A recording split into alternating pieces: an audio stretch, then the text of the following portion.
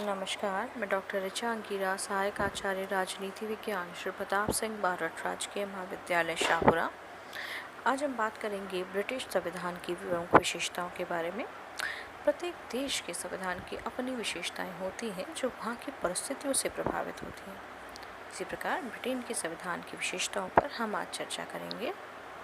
पहली विशेषता है विकसित संविधान। कई देशों के संविधान ऐसे होते हैं जिनका निर्माण किसी एक विशेष संविधान सभा के द्वारा किया जाता है, जैसे भारत, अमेरिका आदि। किंतु ब्रिटिश संविधान का निर्माण नहीं हुआ है, अपितु यहाँ इसका विकास हुआ है।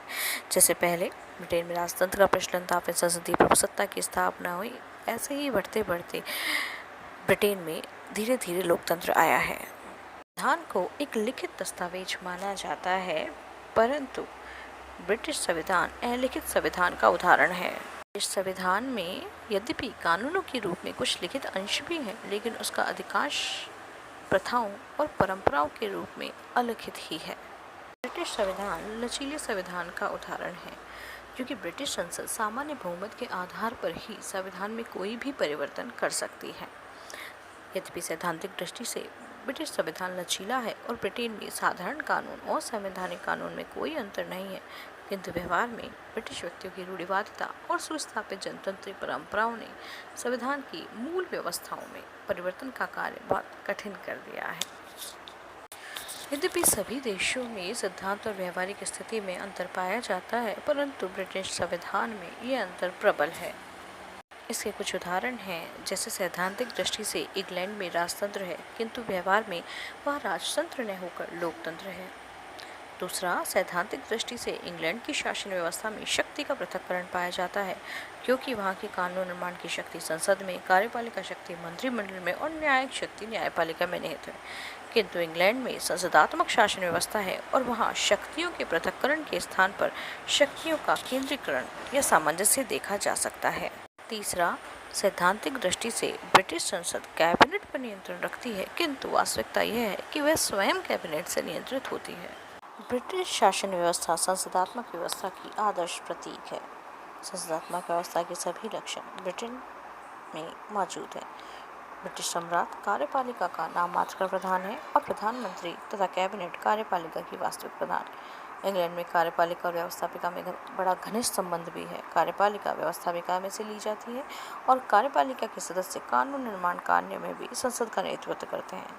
इस तरह व्यवस्थापिका अर्थात संसद कानून निर्माण के साथ साथ प्रशासन पर नियंत्रण भी रखती है। इसके अतिरिक्त जो राजनीतिक कार्यपालिका है अर्थात कैबिनेट का कार्यकाल लोक सदन के विश्वास पर निर्भर करता है। ये सभी संसदात्मक व्यवस्था के महत्वपूर्ण लक्षण हैं जो ब्रिटिश संविधान में मौजूद हैं। ब्रिटिश संविधान की एक अन्य प्रमुख विशेषता संसद की सर्वोच्चता या प्रभुसत्ता है। ब्रिटेन में एकात्मक शासन होने के कारण संसद एकमात्र कानून निर्मात्री सत्ता है। संविधान लचीला है अर्थात साधारण बहुमत से ही संसद किसी भी कानून का निर्माण कर सकती है। वहाँ पर भारत और अमेरिका की तरह न्यायिक पुनरावलोकन की व्यवस्था भी नहीं है। अतः संसद की कानून निर्माण की शक्ति पर कोई सीमा नहीं है, ताकि संसद की प्रभुसत्ता केवल कानूनी दृष्टिकोण से ही है। व्यवहार में संसद की शक्तियों के प्रयोग पर अनेक प्रतिबंध हैं, जैसे आंतरिक क्षेत्र में संसद लोकमत, नैतिक धारणाओं और परंपराओं से सीमित होती है, वहीं अंतर्राष्ट्रीय क्षेत्र में ये अंतर्राष्ट्रीय नैतिकता, अंतर्राष्ट्रीय कानून और ब्रिटेन की यथार्थ स्थिति से भी सीमित होती है। ब्रिटेन में एकात्मक शासन को अपनाया गया है। संविधान के द्वारा शासन की समस्त शक्तियाँ केंद्रीय सरकार में निहित कर दी गई हैं और यह सरकार ही संपूर्ण देश की शासन का संचालन करती है। यद्यपि प्रशासनिक सुविधा की दृष्टि से केंद्रीय सरकार के द्वारा स्थानीय प्रशासनिक इकाइयों की भी स्थापना की गई है, परंतु ये शक्तियाँ संविधान से नहीं और केंद्रीय सरकार से ही प्राप्त करती हैं, इसलिए ये उन्हीं की इच्छा और उन्हीं के आदेशों से बाध्य होती हैं।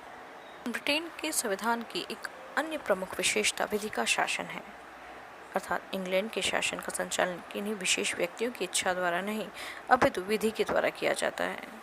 इसका तात्पर्य यह है कि ब्रिटेन में सभी व्यक्ति, चाहे उनका पद और स्थिति कुछ भी क्यों न हो, एक ही प्रकार की विधि और एक ही तरह के न्यायालयों के अधीन होते हैं। सामान्यतः विभिन्न देशों में संविधान के अंतर्गत नागरिकों के लिए अधिकार पत्र की व्यवस्था की जाती है और शासन को इनकी अवहेलना करने की शक्ति से वंचित कर दिया जाता है। ऐसा माना जाता है कि अगर इस तरह की व्यवस्था कर दी जाए तो नागरिकों के अधिकारों और स्वतंत्रताओं की रक्षा होती है। परंतु ब्रिटिश संविधान में इस प्रकार का कोई अधिकार पत्र नहीं है। परंतु फिर भी ब्रिटिश नागरिकों को अन्य देशों के नागरिकों की तुलना में कम अधिकार और स्वतंत्रताएं प्राप्त नहीं है। कुछ अधिकार जैसे बंदी प्रत्यक्षीकरण, शस्त्र धारण करना, आवेदन प्रस्तुत करना, अन्य अधिकार तो संसदीय अधिनियमों द्वारा ही प्रदान कर दिए गए हैं। वहीं कुछ स्वतंत्रताएं जैसे भाषण, अभिव्यक्ति, सम्मेलन, संघ आदि भी सामान्य विधि पर आश्रित है और इन स्वतंत्रताओं और अधिकारों का उल्लंघन शासन के द्वारा नहीं किया जाता। ब्रिटिश शासन प्रणाली मिश्र शासन प्रणाली का उदाहरण है। मूल रूप से 3 प्रकार की शासन व्यवस्थाएं जैसे राजतंत्र, कुलीन तंत्र और प्रजातंत्र, तीनों के ही मुख्य लक्षण ब्रिटेन के संविधान में मौजूद है। राजतंत्र के प्रतीक के रूप में ब्रिटेन का सम्राट है, जिसके द्वारा उत्तराधिकार के आधार पर अपना पद प्राप्त किया जाता है। लॉर्ड सभा कुलीन तंत्रीय संस्था है, जिसके ज़्यादातर सदस्य कुलीन वर्ग में से आते हैं और उत्तराधिकार के आधार पर पद ग्रहण करते हैं। लोक सदन, कैबिनेट लोकतंत्रीय संस्थाओं के प्रतीक हैं। राजपद और लॉर्ड सभा के होते हुए भी वास्तविकता में ब्रिटेन में लोकतंत्रीय शासन है, क्योंकि इन सभी संस्थाओं की शक्तियों को सीमित कर दिया गया है। ब्रिटेन में यद्यपि राजनीतिक दलों को संगठन की स्वतंत्रता है, किंतु व्यवहार में पिछले काफ़ी समय से ब्रिटिश राजनीति में लगभग 2 ही राजनीतिक दलों की प्रमुखता रही है। प्रथम महायुद्ध की समाप्ति तक ब्रिटिश राजनीति के 2 प्रमुख दल थे, अनुदार दल और उदार दल। महायुद्ध के बाद उदार दल का पतन और मजदूर दल का उदय प्रारंभ हुआ और ब्रिटेन के 2 प्रमुख दल हो गए, अनुदार दल और मजदूर दल। मॉन्टेस्क्यू, जो कि शक्ति पृथक्करण सिद्धांत के प्रतिपादक थे, इन्होंने माना कि ब्रिटिश शासन पद्धति का एक विशेष गुण शक्ति विभाजन का सिद्धांत है, किंतु व्यवहार में ब्रिटेन में शक्ति विभाजन के सिद्धांत को पूर्णतः नहीं अपनाया गया है। संसदात्मक शासन व्यवस्था है और संसदीय शासन में व्यवस्थापिका और कार्यपालिका अनिवार्य रूप से परस्पर संबंधित होते हैं और ब्रिटेन में ऐसा ही है। ब्रिटेन में शक्ति प्रकरण सिद्धांत को उत्तरदायित्व के केंद्रीकरण के सिद्धांत के साथ मिश्रित कर दिया गया है।